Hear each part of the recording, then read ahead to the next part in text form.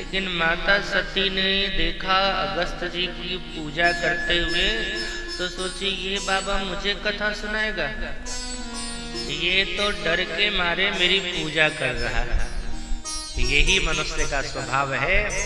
अगर किसी के आगे कोई झुकता है तो वो सोचता है मेरे प्रभाव से ये झुका है, मेरे प्रभाव से प्रभावित होकर के अगला व्यक्ति झुका है।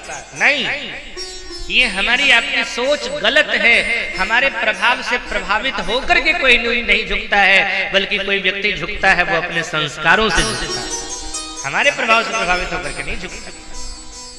अगर किसी महापुरुष के प्रभाव से प्रभावित होकर के झुकता तो एक व्यक्ति तो प्रणाम करता है और वही महापुरुष आगे जाते हैं तो उनको कोई गाली भी देता है। तो किसी व्यक्ति के प्रभाव से अगर प्रभावित होते वो तो सारे लोग होते, लेकिन किसी ने प्रणाम किया और किसी ने। एक बात का सदैव ध्यान रखना, आपके द्वारा बोला हुआ शब्द आपके संस्कार और ज्ञान के परिचायक है कि आपका संस्कार क्या है और आपका ज्ञान क्या है। बहुत सोच समझ करके बोलना। मंदिर मस्जिद जलाना अपराध है, बहुत बड़ा अपराध है, लेकिन उससे बड़ा अपराध है किसी का दिल जलाना। वहां तो मूर्ति है, प्राण प्रतिष्ठित हुआ होगा, लेकिन यहाँ तो सच में बैठा है। ये जल गया, इस घर जो भगवान का घर है इसको जला दिया अगर आपने, तो उस मंदिर मस्जिद को जलाने से ज्यादा बड़ा अपराध हो गया। इसलिए कबीर बाबा कहते थे कि जरूरी नहीं कि हम हाथ में माला लेकर के भजन करेंगे तभी भजन होगा। अच्छा, ये किसी का दिल जलता है हमारे शब्दों से। कबीर बाबा, वाणी अगर सुधार लो, और हमारा यही नहीं सुधरता। हमारे जीवन के आसपास 95% बातें ऐसी होती रहती है भाई मेरे, जिनका जवाब देना जरूरी नहीं है, आवश्यक नहीं है कि हम उनका जवाब दें। लेकिन अगर आजकल के लोग सोचते हैं ना, अगर जवाब नहीं दिया तो हमारी स्वर्ग वाली सीढ़ी हट जाएगी, जवाब तो देना पड़ेगा। अच्छा, रास्ते में कोई चल रहा है और उसको किसी ने कह दिया कुत्ता और शुरू हो गया भौंकना, तो गलत क्या कहा था उसने? जरूरी है बोलना। हमारे जीवन के आसपास 95% बातें ऐसी होती रहती है जिनका जवाब देना जरूरी नहीं है, फिर भी जो लोग बोलते, बोलो, विचार करके। वाणी अगर सुधार लो,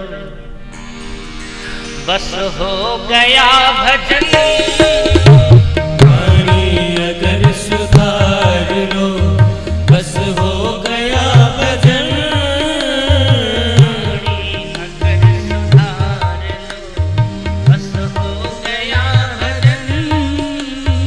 वाणी अगर सुधार लो, बस हो गया भजन। बस हो गया भजन, भजन, बस हो गया भजन।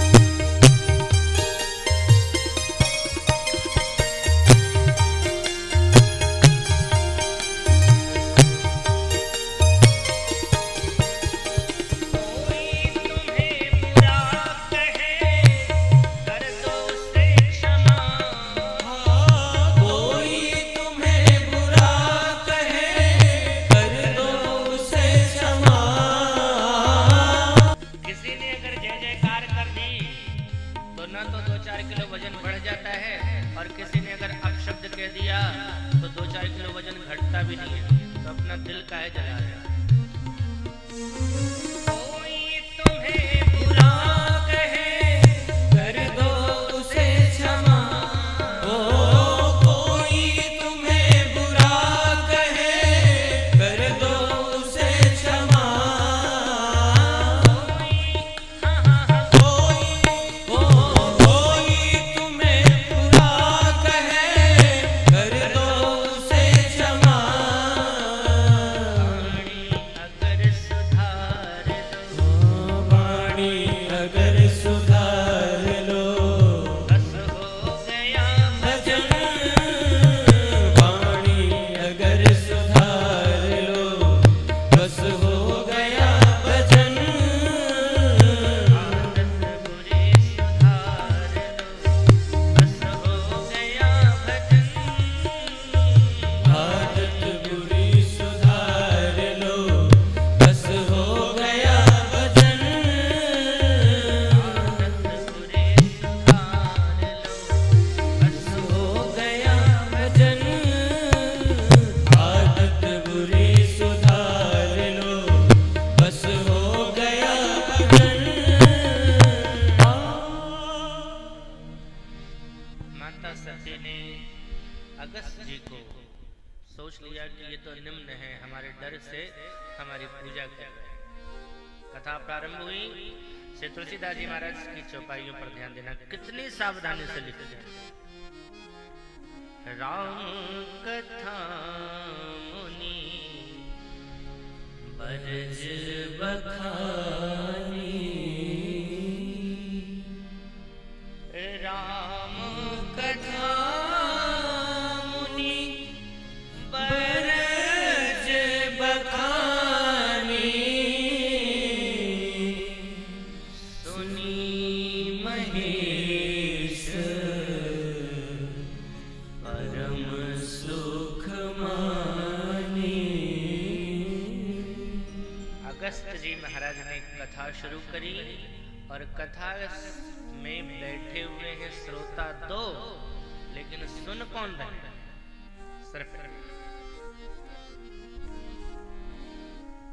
हमारा शरीर जहां हुए मन भी वहीं रहना चाहिए, विशेष करके कथा में। हमारा शरीर तो यहाँ रहता है, मन कहीं और। मैं कहता रहता हूं हमेशा, कथा में बैठना उतना महत्वपूर्ण नहीं है।